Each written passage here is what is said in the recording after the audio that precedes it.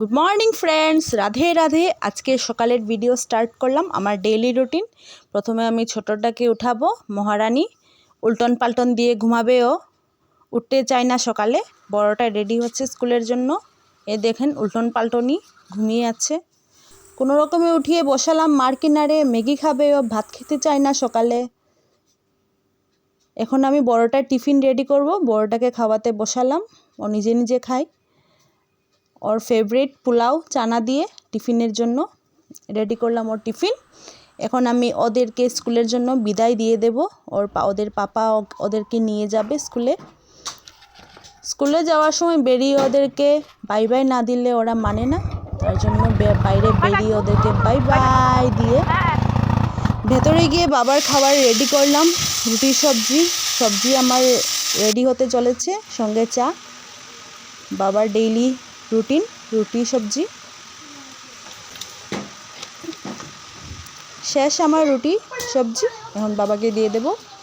আজকে আমার হাজব্যান্ড খেতে চায় না রুটি সবজি, তাই চা বললো, আমি চা বানিয়ে দিলাম।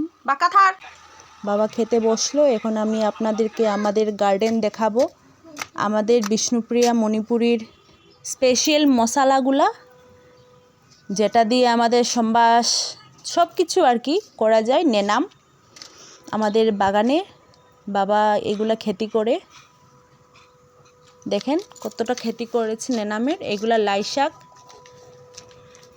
এখনও ছোট আছে, বড় হয় নাই। এগুলা বাবা একটা একটা করে টাবে লাই শাকগুলা করবে। এখন খালি জাস্ট বিচিটা চারা করলো। এই দেখেন নেনাম, এগুলা সব লাই শাক, এগুলা সব আলগে আলগে একটা একটা করে টাবে করবে। বড় হওয়ার পরে আমি দেখাবো এগুলা নেক্সট আরেকটা ভিডিওতে। এগুলা সব নেনাম।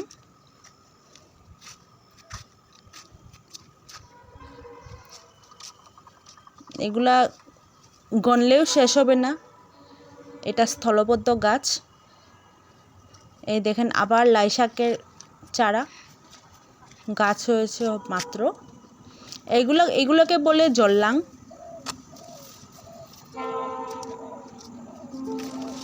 জল্লাংয়ের খেতি এগুলা।